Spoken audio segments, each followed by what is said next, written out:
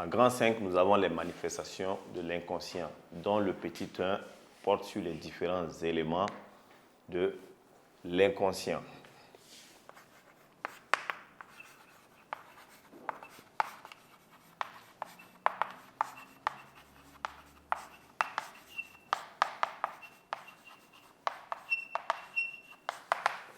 Comme différents éléments de l'inconscient, nous avons les rêves, les oublis, les actes manqués et autres. D'abord le rêve. Le rêve est la voie royale de la manifestation de l'inconscient. Lorsque nous dormons, notre conscience est affaiblie et à travers le rêve, nous libérons des éléments qui prouvent l'existence de l'inconscient. Ensuite, l'oubli. L'oubli, c'est une défaillance de la mémoire dans l'incapacité de ramener le passé au présent. L'objet oublié se trouve dans notre inconscient, puisque ça échappe à la conscience.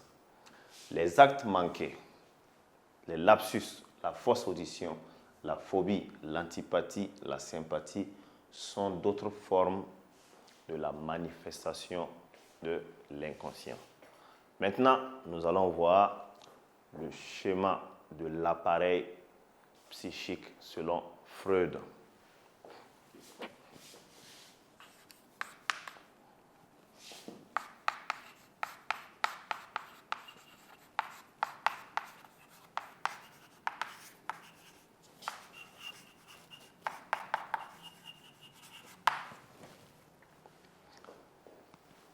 Il faut noter que pour Freud, notre psychisme, le psychisme c'est notre mental, c'est-à-dire l'ensemble de notre conscience et de notre inconscient qu'il appelle psychisme. Donc selon Freud, notre psychisme peut être subdivisé en 3 parties. D'abord, nous avons le surmoi, ensuite nous avons le moi et enfin nous avons le ça. D'abord, le surmoi. Le surmoi, c'est la partie subconsciente de notre psychisme qui joue le rôle de censeur, qui joue le rôle de représentation parentale et sociale.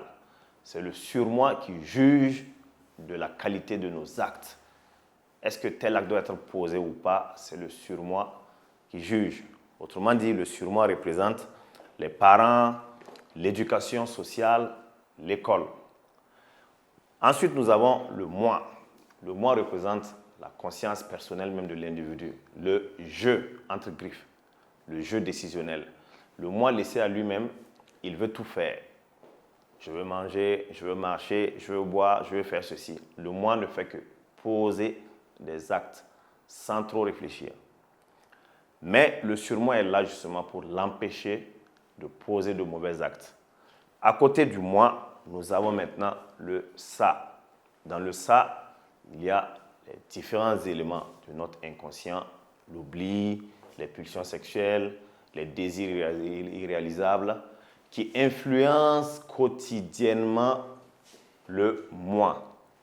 Donc, pour Freud, un être humain équilibré est un être humain d'où le surmoi gouverne le moi et empêche le ça de l'influencer. On parle de déséquilibre de la personnalité lorsque chez l'être humain, le ça est au-dessus du surmoi. C'est-à-dire que tous les désirs, tous les fantasmes qui proviennent de son ça trouvent satisfaction automatiquement sans intervention du surmoi. Donc en ce moment, l'être humain se trouve déséquilibré.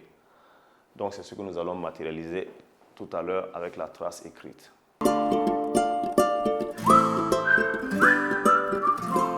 Donc, voici comment se présente le schéma de l'appareil psychique selon Freud. Le surmoi, le moi et le ça. L'appareil psychique selon Freud. Premièrement, le surmoi. Censure sociale, éducation parentale. Il a pour rôle de veiller à l'équilibre du moi. Le moi, quant à lui, c'est la conscience, il veut agir et est souvent sous l'influence du ça. Le ça est la partie où se trouvent nos pulsions, nos désirs, c'est-à-dire la partie inconsciente. Il influence quotidiennement le moi.